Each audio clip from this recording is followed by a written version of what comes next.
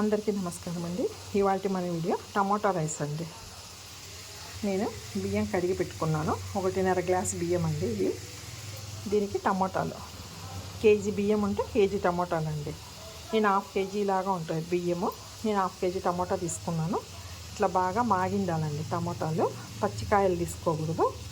మనకు టమాటా రైస్ చేయడానికి కావాల్సిన ఐటమ్స్ అండి: వెల్లుల్లి, అల్లము, లవంగాలు, కొత్తిమీర, చెక్క అండి.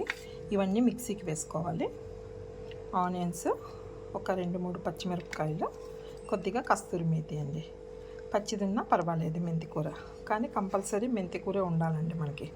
ఫస్ట్ ఇవన్నీ తొక్కదీసి శుభ్రంగా కడుక్కొని మెత్తగా మనం పేస్ట్ చేసుకుందామండి. ఇదిగోండి ఉప్పు, కారం, పసుపు. కారం కొంచెం తగ్గించేసుకున్నానండి, పచ్చిమిర్చి వేసినాం కాబట్టి. మనము ధనియాల పొడి, గరం మసాలా.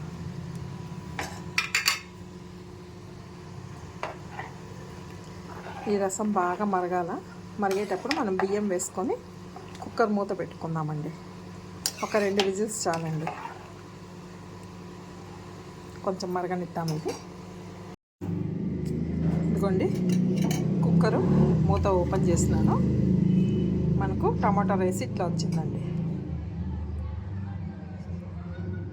ఒకసారి టేస్ట్ చేస్తానండి.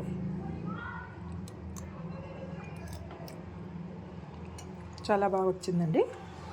మీకు ఈ వీడియో నచ్చిందని అనుకుంటాను. నచ్చితే లైక్ చేయండి, షేర్ చేయండి, సబ్స్క్రైబ్ చేసుకోండి. Thank you.